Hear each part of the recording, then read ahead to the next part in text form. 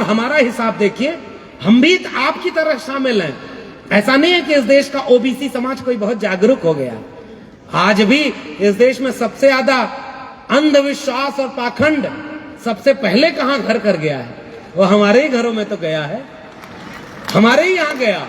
अचानक आप कल्पना करिए, हाथ से श्रम करके मेहनत करके खाते कमाते थे, कोई आया, उसने कहा कि अच्छा तुम खेती कार्य करते हो, तुम शूद्र हो गए। अच्छा तुम व्यापार कर रहे हो, तुम वैश्य हो गए। अच्छा तुम शासक हो, तुम क्षत्रिय हो गए। तुम भुजाओं से पैदा हुए हो। और सबने मिलके पूछा हुजूर आप? तो उन्होंने कहा हम मुख से पैदा हुए हैं। दुनिया में इंसान एक तरह से पैदा होता है और हमारे यहाँ ऐसे बंटवारा। भाई ऐसा बंटवारा हमें नहीं चाहिए। हम सब एक जैसे पैदा हुए हैं। हमारा पुरखा कबीर कहता है, एक बूंद एक मलमूत्र, एक चाम एक गुदा, यानी सब एक बूंद ते सब उत्पन्ना कौन बाभन कौन सूदा। हम सब बराबर हैं। और छत्तीसगढ़ की धरती पर गुरु घासीदास के वाक्य को याद करिए कि मानव मानव एक समान का पैगाम देने वाले हमारे पुरखे थे, जिनको हम आज याद करते हैं। हम तो मोहब्बत में आए और तुम बांटने के ऊपर आ गए। ओबीसी को ओबीसी से बांट दिया, ओबीसी में अलग अलग जातियों को बांट दिया। दुनिया में इतनी जातियां कहीं नहीं है भाई जितना आपके यहां हमारे यहां बनी है। और सबको एक एक भगवान दे दिया, सबको एक एक भगवान। और मैं तो ओबीसी समाज के लोगों से कहता हूं, पीला गमछा हमारे उत्तर प्रदेश में आइए, दो चार बात ऐसी तार्किक बोलकर जाइए। शाम को अगर आपके घर पे बुलडोजर न चल जाए तो कहिएगा। यह है आजादी का अमृत महोत्सव मनाने वाला देश। जिन कानूनों पर आतंकवादियों को जेल में भेजा जाना था, उन कानूनों पर आज प्रोफेसर, डॉक्टर, इंजीनियर और वकील जेल में कहते हैं। यह है अमृतकाल का भारत। हमारे और आपके लोग जेलों में बंद हैं। और वो किसके लिए जेल में बंद हैं? इसलिए क्योंकि हम बटे हुए। तो वो जो खतरा है मेरे भाइयों बहनों, मैं ज्यादा वक्त नहीं लूंगा, बहुत वरिष्ठ मंच है, बहुत वरिष्ठ लोग बैठे हुए हैं, उनको बहुत सारे लोगों को आपने सुना और सारे लोगों को आप सुनेंगे। मगर जैसे मैं कह रहा हूं कि मेरे पूरी कौम, मेरे परिवार के सामने एक सबसे बड़ा खतरा आज आ गया है, अंधविश्वास और पाखंड का। इसकी वजह से पहले के जमाने में पता होता है, जब लोगों को भूख लगती थी, दूध नहीं मिल रही है, दही नहीं मिल रही है, तो एक आदमी बीच में आता था और कहता था, जजमान यहां अगर चुपचाप सह लोगे तो अगले जन्म में जाओगे तो दूध दही की नदियां बहेंगी। मैं इशारे में कह रहा हूं, किसी जाति पर कोई टिप्पणी नहीं कर रहा, समझदार को इशारा। एक बात बताइए, ये किसने कहा? आपकी जमीन कोई दूसरा हड़प रहा था और आप जब हक मांगने गए तो कहा कि ये तुम्हारे प्रारब्ध में लिखा हुआ है, पूर्व जन्म का फल है, तुमको दुख मिल रहा है, हमको सुख मिल रहा है, तो आगे क्या करना होगा? कहा कि बर्दाश्त करो, जब मरोगे अगले जन्म में जाओगे तो वहां तो तुम्हारी कई एकड़ जमीन होगी। अच्छा, महिलाएं यहां इतनी तादाद में बैठी हैं, एक लाइन तो बोल ही दूं। पुरुषों के मरने पर कहा गया कि अगर अच्छा काम करके जब मरोगे तो कहां जाओगे? स्वर्ग में जाओगे। स्वर्ग में क्या मिलेगा? दूध दही की नदियां मिलेंगी और अप्सराएं मिलेंगी। अप्सराएं मतलब समझ गए ना? और महिलाएं मरेंगी तो क्या मिलेंगे वहां पे जाके? सुरक्षा का व्रत किसको करना है? मां को, बहन को। भाई की रक्षा के लिए व्रत किसको करना है? बहन को।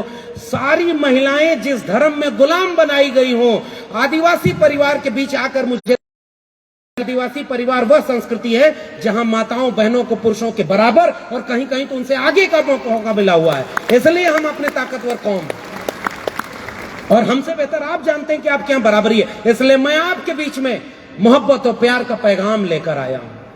हमें किसी और से लड़ना ही नहीं। मैं जो छत्तीसगढ़ में बाबा आ रहे हैं प्रचार करने, किस पार्टी का? समझ जाइए, जो भारत का संविधान बदल करके एक राष्ट्र बनाना चाहते हैं। इशारा समझ गए ना? अरे भाई, तुम बाबा हो तो तुम अपने धर्म का प्रचार करो, लेकिन कोई धर्म का प्रचार करने वाला व्यक्ति आजादी का अमृत महोत्सव मनाने वाले देश में यह कह दे कि भारत का संविधान बदलना है और हिंदू राष्ट्र बनाना है, यह संविधान विरोधी बात है कि नहीं? बताइए। भारत विरोधी बात है कि नहीं? इसको हिंदू राष्ट्र बनाने की बात करना संविधान विरोधी बात है कि नहीं? क्या उसके ऊपर कोई कार्रवाई हुई? क्या वो बाबा जेल में है? नहीं भाई, बड़े बड़े मंत्री विधायक आरती की थाली लेकर उसको बुला रहे कि बाबा आओ, हो सकता है इस बार वाला चुनाव आपके पुरखे का जिसका नाम है जयपाल सिंह मुंडा। आदिवासी दिवस मनाने वाले लोगों घर घर जाना, अपने बच्चों को एक वाक्य पढ़ाना, जैसे बिरसा मुंडा ने कहा था, ये जल जंगल जमीन हमारी है और इस जल जंगल जमीन पर हमारा हक होगा। और इस पर जो दिक्कू आ गए हैं, वो दिक्कू वो थे जो कुछ भारत के लोग घुसपैठ कर रहे थे और कुछ विदेशी आ गए थे। उन दोनों को दिक्कू बना करके इल्गुलान का आगाज करने वाले हमारे नायक बिरसा मुंडा की मशाल आज जल रही है, मगर हमने अपने हाथ में उस मशाल को पकड़ने से मना कर दिया है। ये कड़वी सच्चाई है। आज वो उल्गुलान की मशाल हमारा इंतजार कर रही है कि जितना दिक्कू बिरसा मुंडा के समय आदिवासियों की जल जंगल जमीन छीन रहे थे, उससे ज्यादा दिक्कू तो आज आपकी जल जंगल जमीन छीन रहे हैं। भाई, पेशा कानून क्या है हमसे बेहतर आप जानते हैं। भारत आजाद हुआ तो भारत के नागरिकों में एक भरोसा दिया गया था, लो भाई आदिवासी समाज के लोगों 7.5% आबादी है तो तुमको 7.5% आरक्षण हम देंगे, 7.5% शिक्षा तुम्हारी होगी, 7.5% रोजगार तुम्हारा होगा और पीछे जो भारत बनेगा उसमें तुम्हारे हिस्से की जमीन तुम्हारी होगी, तुम्हारे हिस्से का गांव तुम्हारा होगा, तुम्हारी संस्कृति तुम्हारी होगी, तुम्हारी सभ्यता तुम्हारी होगी। इसलिए तुम्हें कानून दे दिया गया कि जब तक गांव के समाज की, ग्राम समाज की सहमति नहीं होगी, आपके गांव से न तो कोई एक पत्थर ले जा सकता था, न आपके गांव में कोई एक पत्थर लगा सकता था। बताइए, उस कानून को आप जानते हैं ना? जानते हैं ना उस कानून को? पेशा कानून को जानते हैं? आजादी का अमृत महोत्सव मनाया जा रहा है, बताइए क्या पूरे भारत में पेशा कानून लागू हो गया? क्या लागू नहीं हो रहा तो कौन रोक रहा है? इसका मतलब कि जो आपके बच्चों के भविष्य को खराब करना चाहता है वही तो विरोध कर रहा है। पहचान नहीं रहे क्या उसे? अगर पहचान रहे फिर भी चुप हैं तो आपको आपकी गुलामी मुबारक। जैसे हम ओबीसी समाज के लोगों को बहुत अच्छे से पता है कि हम खेती किसानी वालों को 3 कानून बनाकर खेती बेच दी गई थी, और जब खेत बेची गई तो थोड़े से जगह के किसान खड़े हो गए और कहे कि हम फसलों और नस्लों को नहीं बिकने देंगे। 13 महीने 750 दिन 750 लोग शहीद हो गए और 56 इंच वाले व्यक्ति को, शेर जो था उसको झुका दिया और अपना किसानों का कानून वापस करा लिया। एक जगह उम्मीद और उल्गुलान की रोशनी जली तो थी।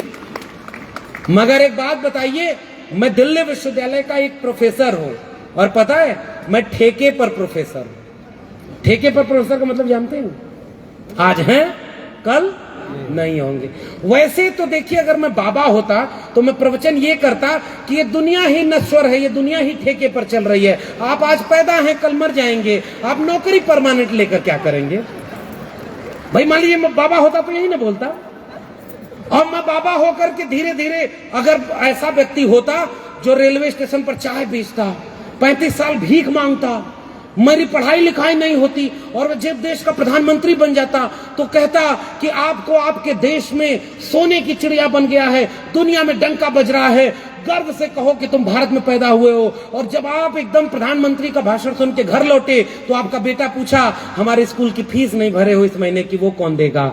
घर में माताएं बहनें कहीं कि टमाटर 250 रुपए किलो था, पाव भर ही ले आए होते, पेट्रोल के बिना गाड़ी रुक गई है, सरसों के तेल की बजाय सब्जी में तड़का लगना भूल गया है, और उसके बाद भी आप गर्व में कह रहे थे कि मैं भारतीय हूं, और आपका चूल्हे की आग धीरे धीरे कम होने लगी, आपके बच्चे की शिक्षा बिक गई और हम और आप किसी झूठ में चुपचाप ताली बजाते रह गए।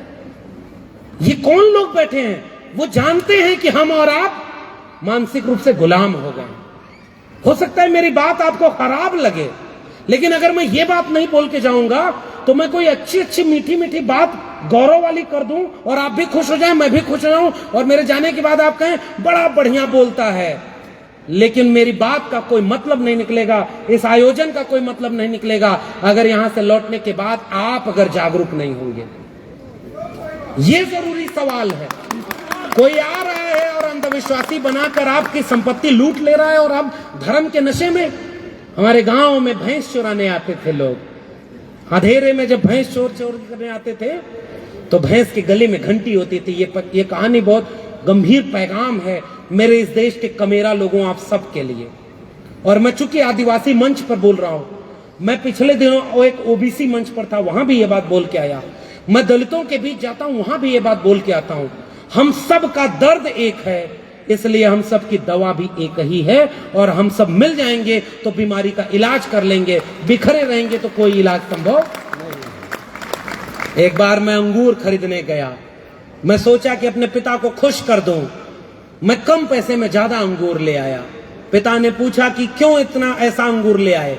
मैंने कहा ये अंगूर 10 रुपए किलो था। उन्होंने कहा दूसरा कैसा था? मैंने कहा वो गुच्छे में था, लेकिन कीमत कितनी थी? वो 20 रुपए किलो था। मेरे पिता ने कहा कुछ समझे? मैंने कहा नहीं। उन्होंने कहा कि अगर गुच्छे में रहोगे तो औकात ज्यादा रहेगी, अगर टुकड़े में बिखर गए तो यूं ही औने पौने दाम पर बेचे और खरीदे जाओगे। इस देश में एससी, एसटी, ओबीसी और कमेरा लोग बिखर गए, इसलिए आज सारे मारे जा रहे हैं। कोई थोड़ा ज्यादा मारा जा रहा, कोई कम मारा जा रहा, कोई आज मारा जा रहा, कोई कल मारा जाएगा। किसी आदिवासी के बस्तर में मारे जाने पर मेरे उत्तर प्रदेश के लोग चुप थे। किसी मणिपुर में आग लगाए जाने पर मेरे दक्षिण के लोग चुप थे।